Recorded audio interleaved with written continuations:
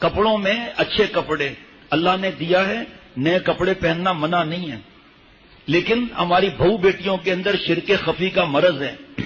Beauty parlour میں راتیں گزارنا، اتنے 5-6 بیوٹی پارلر کی عورتوں نے توبہ کیا ہے، جس میں سے 2 یا 3 خاتون نے جو وہاں کی ذلتیں لکھی تھی نا، میں الحمدللہ وہ بیان سنتی ہوں، انہوں نے پورا لکھا بھی نہیں، صرف یہ لکھا کہ بے غیرتی اور ذلیل اور گھٹیا حرکتوں کا اعلیٰ مظاہرہ ہوتا ہے، یہاں تک کہ لڑکے بھی کام کرنے والے اندر گھس جاتے ہیں اور پورے ہاتھ اور بازوؤں پر مہندی، آگے مہندی پیچھے مہندی، وہ حیا والی مہندی لگا رہی ہے، سطر کھلا ہوا ہے اور ہنس رہے ہیں، بدتمیزی کر رہے ہیں، عورت کا تو پورا جسم سطر ہے، اوپر اٹھا ہوا ہے، مہندی لگا رہے ہیں، ہنس رہے ہیں، ٹیلی ویژن دیکھ رہے ہیں۔ ان خواتین جو حرام کام کرتی ہیں بیوٹی پارلر میں، بال اور یہ سب کاٹنا اور بھویں کاٹنا، اس کے حرام کے پیسوں کی چائے بھی پی رہی ہیں، ٹھنڈا بھی پی رہی ہیں۔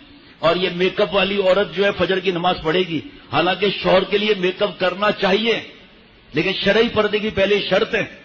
ڈیزائن والی مہندی لگانی ہے لگاؤ، لیکن شرعی پردہ کرتی ہو تو آپ کا ہاتھ تو اور چمکے گا، تو اس وقت کا کیا معاملہ ہوگا؟ اللہ کا حکم کیا ہے اس وقت کے لیے؟ کتنا آسانی ہے دین کے اندر کے شوہر کے لیے بہترین تیار رہو روزانہ، تاکہ وہ چڑیلوں کے چکر میں نہ آئے۔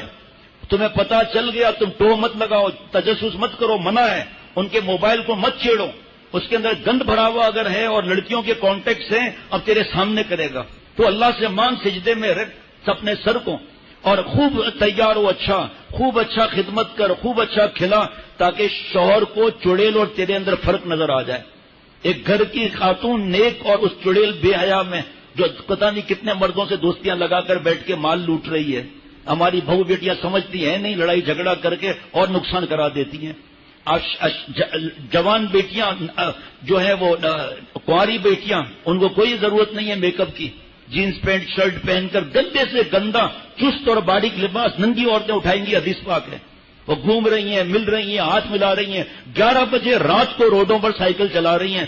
اماں ابا فلموں میں لگے ہوئے ہیں، ان کو کیا پرواہ ہماری بیٹی کس فلیٹ میں جا رہی ہے، کہاں جا رہی ہے، لڑکوں کے ساتھ کھڑی ہوئی باتیں کر رہی ہیں، کیونکہ جو ان پٹ ہوا ٹیلی ویژن، نیٹ، کیبل، بے حیائی، عریانی، فحاشی، اب وہ آؤٹ پٹ ہو رہا ہے۔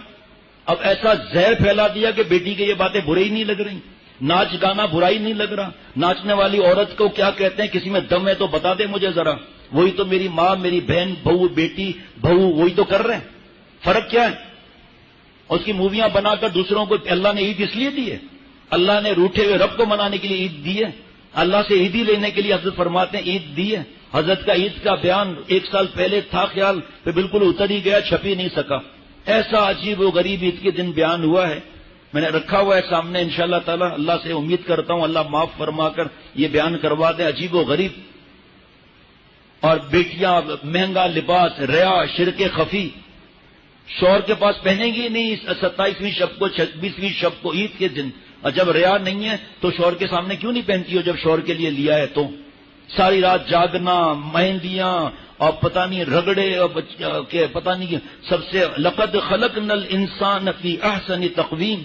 حضرت فرماتے تھے دیکھو قرآن پاک میں اللہ کیا ارشاد فرما رہے ہیں کہ مفہوم کے بہترین سانچے میں تجھے ڈھالا ہے، اے میری ماں، بہن، بہو، بیٹیوں، اللہ کی دیوی شکل پسند نہیں ہے؟ ایسی بے حیائی والا میک اپ اور نامحرم گھر میں مرد گھوم رہے ہیں، تجھے کیا حق بنتا ہے میک اپ کرنے کا؟ میک اپ تو ان کا حق ہے جو شادی شدہ ہے، شرعی پردہ کرتی ہے، تو دکھانے والی ہو گئی، نبی کی بددعا لینے والی ہو گئی۔ عید کی رات کس لیے اور یہاں کیا ہو رہا ہے؟ اور کوئی بولنے والا ہی نہیں۔ تو فرمایا کہ یہ کام نہیں کرنے ہیں۔ کپڑے نیا، میں پھر بتا رہا ہوں، منع نہیں ہے، مرد عورتوں جیسا لباس پہن رہا ہے، عورتیں مردوں جیسا لباس پہن رہی ہے۔ اب آگے خاص بات دیکھنا جس پہ گھر پہ جھگڑے ہو رہے ہیں، سفید لباس، اس پر نہیں جھگڑے ہو رہے۔ سفید لباس تمام کپڑوں میں سب سے زیادہ آپ صلی اللہ علیہ وسلم کے کو محبوب تھا، لیکن جس آدمی کے پاس سفید لباس کی طاقت نہ ہو یا نئے کپڑے کی طاقت نہ ہو تو اپنے موجودہ کپڑوں میں جو سب سے زیادہ بہتر ہو اس کو زیب تن کرنا اور خوشبو لگانا۔ تو یہ رات ایسا نہیں دوسری راتوں کی طرح چلی نہ جائے۔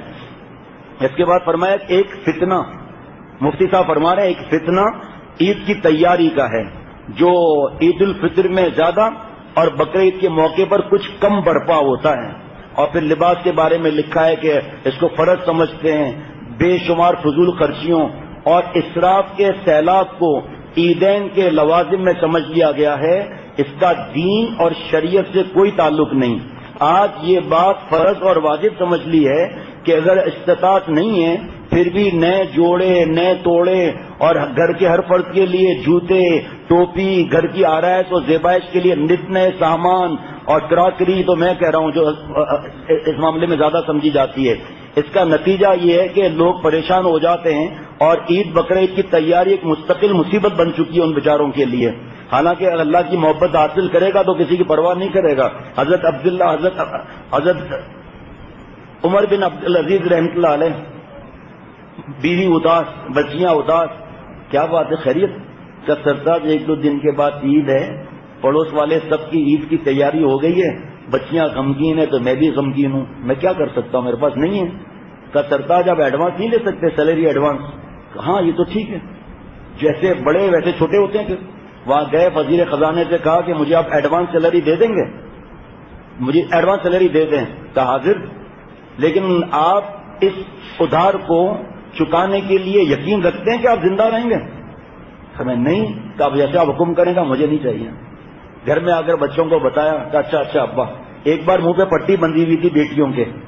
پوچھا حضرت عمر بن عبدالعزیز رحمۃ اللہ علیہ نے خیریت یہ کیا معاملہ ہے. کیا وہ آپ کھانے کو کچھ تھا نہیں. آج رشوت اور ملاوٹ جو حضرت نے لکھا ہے سود اور لاٹریاں prize bond defence saving certificate پتہ نہیں کیا کیا پرائز بانڈ کی پرچیاں حرام. تو کہا کہ کھانے کو کچھ تھا نہیں.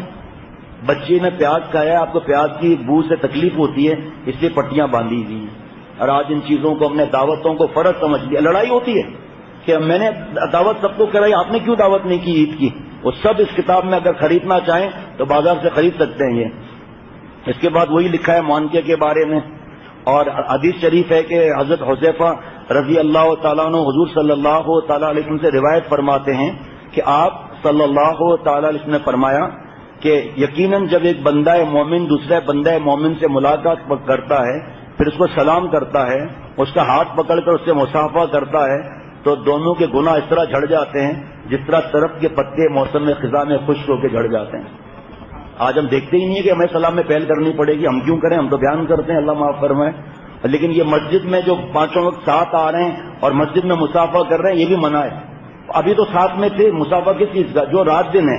ابھی جیسے مصافحہ ہم کریں گے تو حضرت فرماتے تھے کہ اعلان بھی کرنا چاہیے کبھی کبھی کہ یہ بیان کا مصافحہ نہیں ہے نہ اس کو سنت سمجھو ہے. ہفتے کے بعد ہماری ملاقات ہوئی ہے اب میرے دوست میرے ساتھ نماز پڑھنے ہاتھ ملا رہے ہیں رات کو بیان ایسا نہیں کر رہے ماشاءاللہ لیکن مثال دے رہا ہوں بیان پر ساتھ چل رہے ہیں شاداب مسجد ہاتھ ملا رہے ہیں.